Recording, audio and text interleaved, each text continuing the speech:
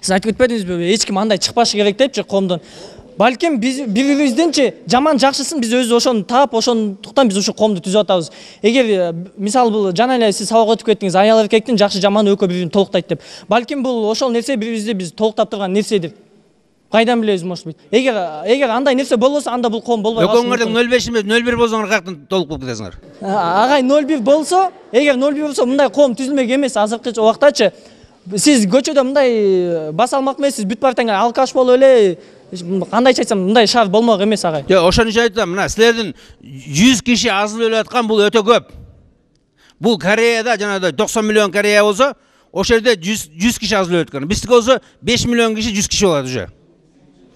Жакшы, анда бизде жигиттер, кыздар өтө көп болуп атат. Бүгүнкү биздин тема ушул окуу деген темада сүйлөшүп жатабыз. Урматтуу угармандар жана телекөрүүчүлөр.